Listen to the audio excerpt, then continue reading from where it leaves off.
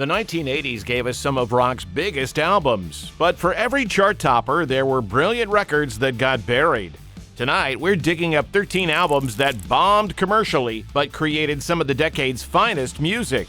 These aren't just forgotten gems, they're masterpieces that deserve so much better. Number 13.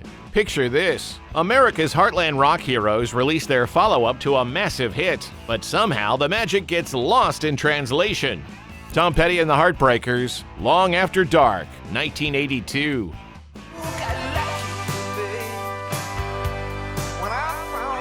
Coming off the success of Hard Promises, Tom Petty and the Heartbreakers seemed unstoppable.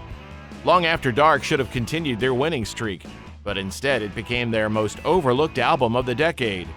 The album contained genuine gems like You Got Lucky, a driving rocker with one of Petty's most memorable choruses, and Change of Heart, which showcased the band's ability to craft perfect 3-minute pop songs. Mike Campbell's guitar work was as inventive as ever, and the rhythm section remained rock solid. The problem was timing and expectations. MTV was reshaping how music was consumed, and Petty's straightforward approach felt almost old-fashioned compared to flashier new wave acts. Radio programmers seemed unsure how to position the album, and it got lost in the shuffle. Today, Long After Dark is recognized as containing some of Petty's finest songwriting, proving that sometimes great albums need time to find their audience.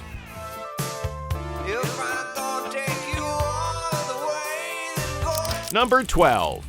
Here's a band that defined the 70s, but when they tried to recapture that magic in the 80s, the world had moved on. Fleetwood Mac, Mirage, 1982.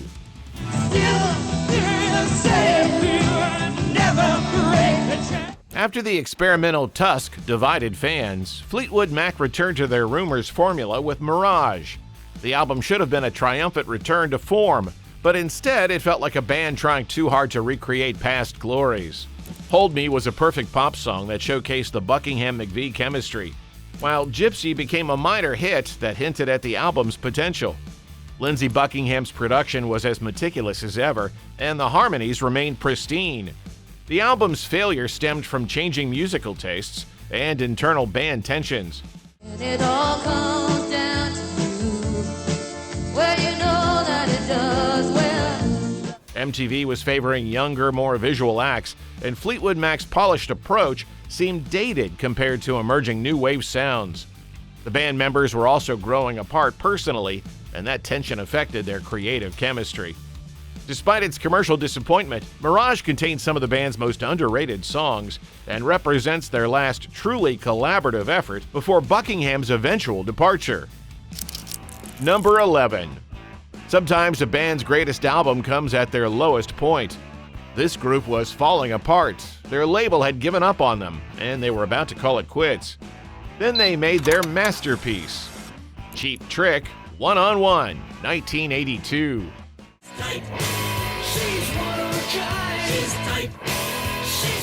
By 1982, Cheap Trick was in crisis. One on One was supposed to be their comeback, but instead became so commercially underwhelming that it nearly ended their career. The irony is that One on One contains some of their finest songwriting. If You Want My Love was a perfect power pop gem that should have been massive. She's Tight combined their trademark humor with genuine musical sophistication, while Dancing the Night Away showed their ability to craft arena rock anthems. Rick Nielsen's guitar work was as inventive as ever. Robin Zander's vocals remained powerful, and the rhythm section provided the perfect foundation. She's giving me the go. She's tight. She's giving me the ice. The production, handled by Roy Thomas Baker, gave the songs clarity and punch that their earlier albums sometimes lacked. The album's failure can be attributed to changing musical tastes and poor promotion. MTV was becoming dominant, and Cheap Trick's straightforward rock approach didn't translate well to the visual medium. Decades later, One on One stands as proof that commercial failure doesn't always reflect artistic merit. Number 10. This next band took everything that made them famous and threw it out the window. The result was their most honest album and their biggest commercial disaster. Styx, Kilroy Was Here, 1983.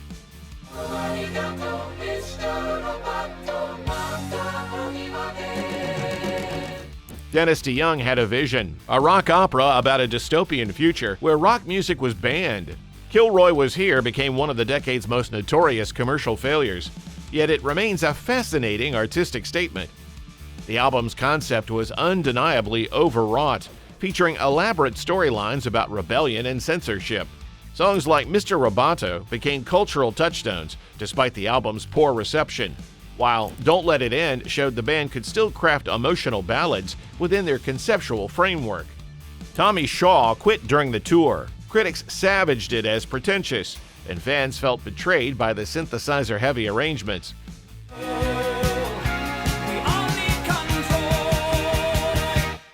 The accompanying tour featured elaborate costumes and theatrical elements that divided audiences completely. The album's failure taught the band valuable lessons about their audience, but it also represents their most ambitious artistic statement. High Time remains one of their heaviest rockers, proving they could still deliver when they focused on the music rather than the concept. Number 9. Picture a band with one of rock's greatest voices, a guitarist who could trade licks with anyone, and songs that should have conquered the world.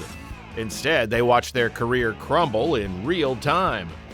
Bad Company, Rough Diamonds, 1982.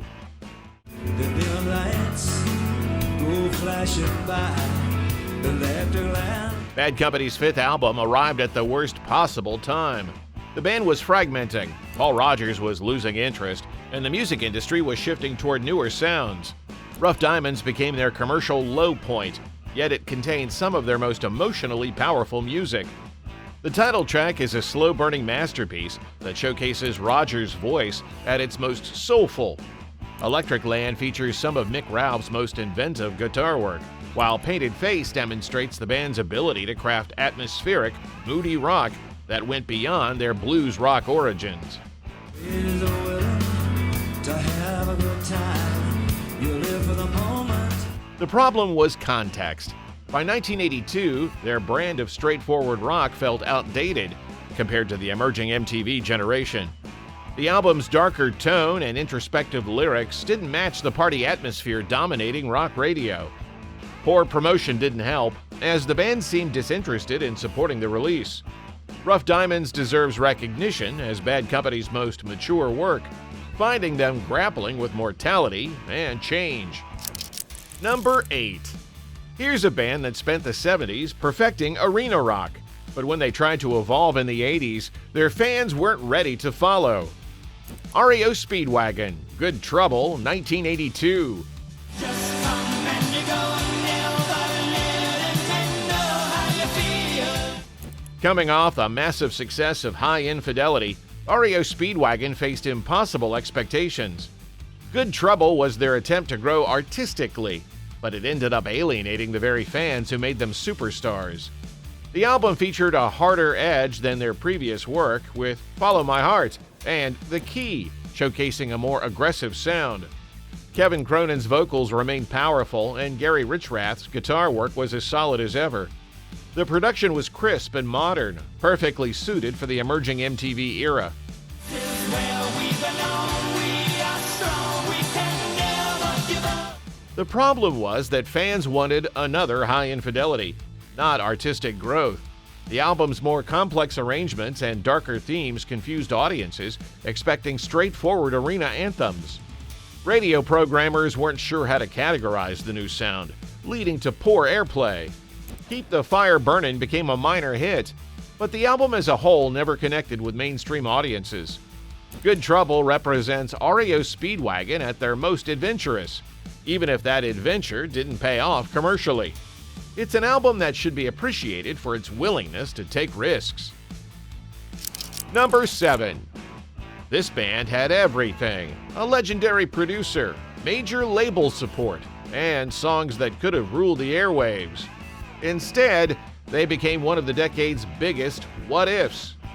Journey, Raised on Radio, 1986.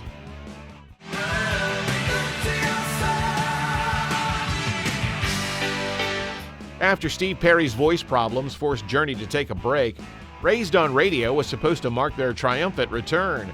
Instead, it became their most overlooked album, despite containing some of their finest songwriting. The title track was a perfect arena anthem that showcased Perry's voice at its most powerful. Be Good to Yourself combined their trademark melodic sensibilities with a harder edge, while I'll Be Alright Without You proved they could still craft emotional ballads that connected with audiences. Neil Sean's guitar work was exceptional throughout, providing both crushing riffs and soaring solos. The rhythm section was tight, and the production captured the band's power without sacrificing their melodic strengths.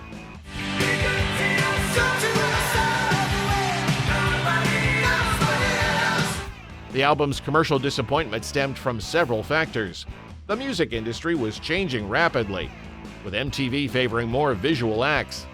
Journey's straightforward rock approach seemed almost old-fashioned compared to emerging alternative sounds. Internal tensions also affected the band's ability to promote the album effectively. Raised on Radio was a classic overlooked at the time. It's Journey's most underrated album, containing songs that rival their hardest-hitting classics. Number 6. Imagine a band so influential that their sound would define an entire genre, yet their masterpiece was completely ignored when it was released. Heart, Private Audition, 1982.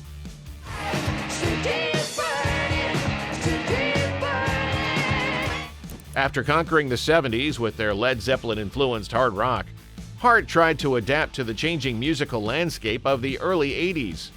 Private Audition was their attempt to embrace new wave and synthesizer-driven sounds, but it ended up satisfying neither old fans nor new audiences. The album featured a more polished, radio-friendly approach that showcased Ann Wilson's incredible voice in new contexts. This Man Is Mine was a driving rocker that proved they could still deliver when they wanted to, while Perfect Strangers showed their ability to craft atmospheric, moody pieces. Nancy Wilson's guitar work remained inventive, incorporating new textures and sounds that reflected the changing musical landscape. The rhythm section adapted well to the new approach, providing solid foundations for the band's evolving sound.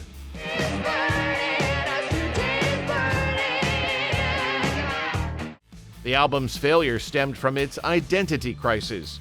Heart fans wanted the heavy rock of their earlier albums, while new wave audiences weren't interested in a band they perceived as dinosaurs from the previous decade. Private Audition fell between two audiences and satisfied neither. Today, the album is recognized as an interesting transitional work that shows Heart's willingness to experiment and evolve. Number 5. This next group features one of rock's most distinctive voices, and a guitarist who can make his instrument weep. Their collaboration should have conquered the world. Whitesnake, Saints and Sinners, 1982.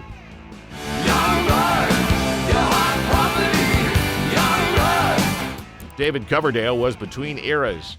His blues rock approach was falling out of favor, but he hadn't yet embraced the commercial metal sound that would make him a superstar later in the decade. Saints and Sinners caught him in transition, creating an album that satisfied neither his old fans nor potential new ones. The album featured some of Coverdale's most passionate vocal performances. Here I Go Again, in its original, slower version, was a deeply personal statement about perseverance and self-belief.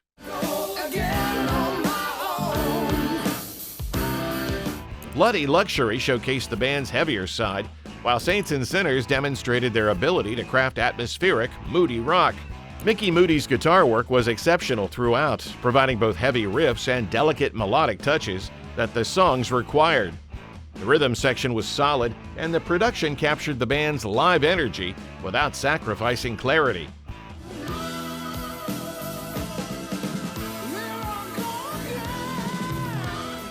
The album's commercial failure stemmed from its timing and marketing. The music was too heavy for mainstream rock radio, but not heavy enough for the emerging metal audience. Saints and Sinners deserved recognition as one of Coverdale's finest artistic statements. Number 4. Here's a band that helped invent a sound that would dominate the next decade, yet when they perfected it, nobody was paying attention. Def Leppard, High and Dry, 1981. Saturday, I feel right. Before Pyromania made them superstars, Def Leppard released High and Dry, an album that perfectly captured their evolution from new wave of British heavy metal hopefuls to arena rock masters. The album's commercial failure remains one of rock's great injustices. Producer Robert John Mutt Lang was already working his magic, crafting a sound that was both heavy and accessible. Let It Go was a perfect arena anthem, while High and Dry, Saturday Night, captured the excitement of Weekend Rebellion. Bringing on the Heartbreak was a power ballad masterpiece that predated their later hits by years. Joe Elliott's vocals were reaching their peak, combining power with melody in ways that few singers could match. The guitar work of Pete Willis and Steve Clark was both heavy and sophisticated, creating layers of sound that rewarded careful listening. I got my whiskey, I got my wine, I got my woman. The album's failure can be attributed to poor timing and promotion. MTV was still in its infancy, and the band's visual appeal hadn't yet been properly exploited. Radio programmers weren't sure how to categorize their sound, which was heavier than pop, but more melodic than metal. High and Dry contains the blueprint for everything that would make Def Leppard superstars. Number 3. This band featured two of rock's most accomplished musicians, yet their collaboration produced an album so ahead of its time that audiences couldn't process it.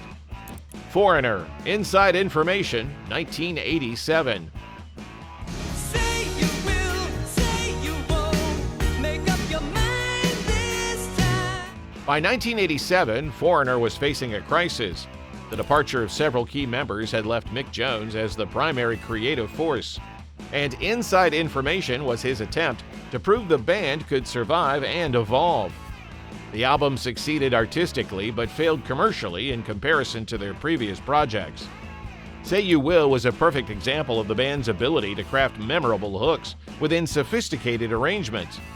Heart Turns to Stone showcased their heavier side, while Can't Wait demonstrated their knack for radio-friendly anthems that didn't sacrifice musical integrity.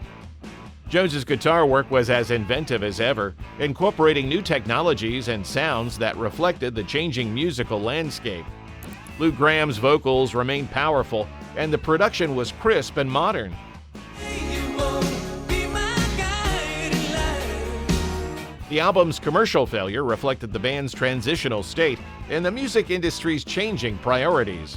MTV was favoring younger acts, and Foreigner's established sound seemed dated compared to emerging alternative rock.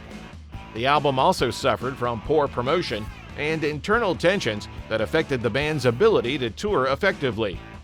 Inside Information was a Foreigner standout that slipped through the cracks, showcasing their ability to adapt and evolve while maintaining their essential identity. You say you will, you say you won't, make up your mind this. Number 2. Bryan Adams, You Want It, You Got It, 1981. Fits you good. Before Cuts Like a Knife and Reckless made him a superstar, Bryan Adams released You Want It, You Got It, an album that should have established him as a major force in rock music. Instead, it became a commercial disappointment that nearly ended his career before it truly began. The album showcased Adams' ability to craft memorable hooks and deliver them with genuine passion. Lonely Nights was a driving rocker that demonstrated his knack for arena-ready anthems, while Don't Look Now showed his softer side without sacrificing intensity. Adams' vocals were already reaching their distinctive peak, combining power with vulnerability in ways that few singers could match. Did all that I could. Now fits you good. The guitar work was solid throughout, providing both crushing riffs and melodic touches that served the songs perfectly. The album's failure stemmed from poor promotion and timing. The music industry was in flux, with new wave and punk challenging traditional rock approaches. Adams' straightforward rock style seemed almost old-fashioned compared to more experimental acts gaining attention. You Want It, You Got It deserves recognition as the foundation for everything that would make Bryan Adams a superstar. containing songs that rival his acknowledged classics. Number 1. Finally, here's a band that created one of the most influential albums in rock history. Every major rock band that followed owes them a debt. Yet this masterpiece was completely ignored when it mattered most. Paul McCartney, Flowers in the Dirt, 1989.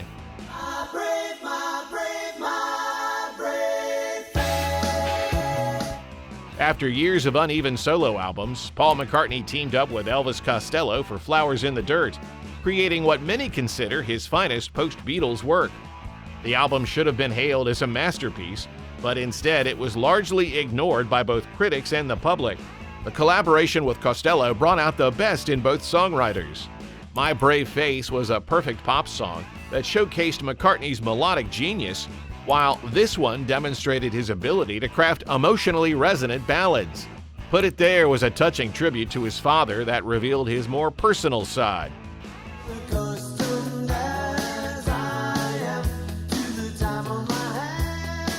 McCartney's vocals were as strong as ever, and his bass playing provided the perfect foundation for the carefully crafted arrangements. The production was crisp and modern without sacrificing the organic feel that made his best work so compelling. The album's commercial failure reflected the music industry's changing priorities and McCartney's own reputation for inconsistency. Critics were skeptical after a series of disappointing releases, and radio programmers weren't sure how to position a former Beatle in the rapidly changing musical landscape. Flowers in the Dirt stands as proof that McCartney's songwriting genius never faded, even if the world wasn't always ready to appreciate it. These 13 albums prove that commercial success doesn't always reflect artistic merit. Which underrated classic from the 80s do you think should have been a massive hit? Let us know in the comments.